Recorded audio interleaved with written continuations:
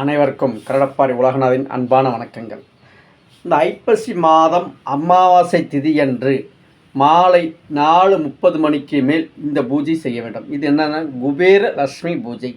இந்த குபேர லட்சுமி பூஜை செய்கிறதுனால் சிறப்பு நவநிதிகள் நமக்கு கிடைக்கும். இந்த பூஜைக்கு தேவையான பொருட்களுடன் பூஜைக்கு தேவையான தேங்காய் பழம் இதெல்லாம் சேர்த்து பொருளோட நவதானியமும் சேர்த்து வாங்கி கொள்ள வேண்டும். தற்போது ஐப்பசி 4ஆம் தேதி, அதாவது 21/10/2025 செவ்வாய்க்கிழமை இந்த பூஜை செய்ய வேண்டும். குபேரன் திரேதாயுகத்தில் ஸ்ரீமுக ஆண்டு ஐப்பசி மாதம் செவ்வாய்க்கிழமை பூராட நட்சத்திரத்தில் தனுசு ராசியில் மீன லக்கணத்தில் பிறந்தார். குபேரனின் தாய் தந்தையர் ஸ்வேதாதேவி விஸ்வரசு முனிவர்.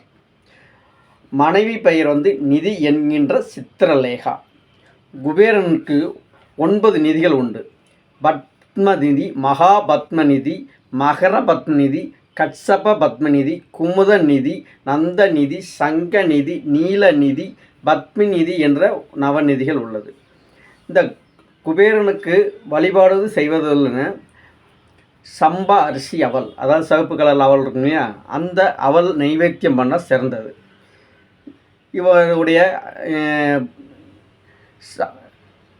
இவருடைய நிறம் அப்படின்னா பச்சை நிறம்.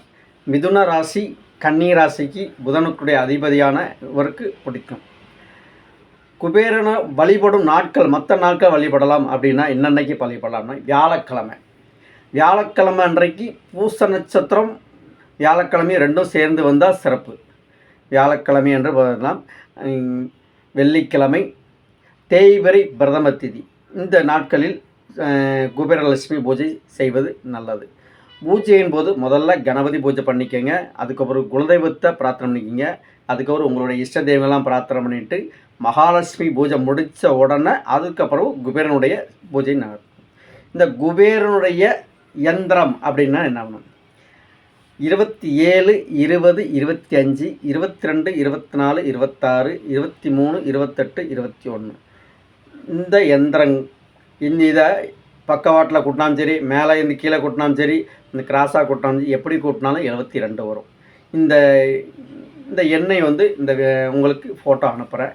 அதை கோலம் போட்டு அதில் மண் விளக்கில் தீபம் வச்சு அதில் காசு வச்சு அதுக்கு பூஜை பண்ணுங்க.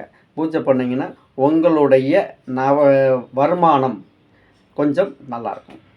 இந்த நவநிதிகள் அப்படிங்கும்போது என்னென்னா தானியம், உணவு சம்மந்தப்பட்டது, அதுவும் நம்ம வீட்டில் இருக்கும். அதனால் அந்த குபேர பூஜை செய்து சிறப்புற பெறுமாறு அன்புடன் வேண்டுகொள்கிறேன். நன்றி, வணக்கம்.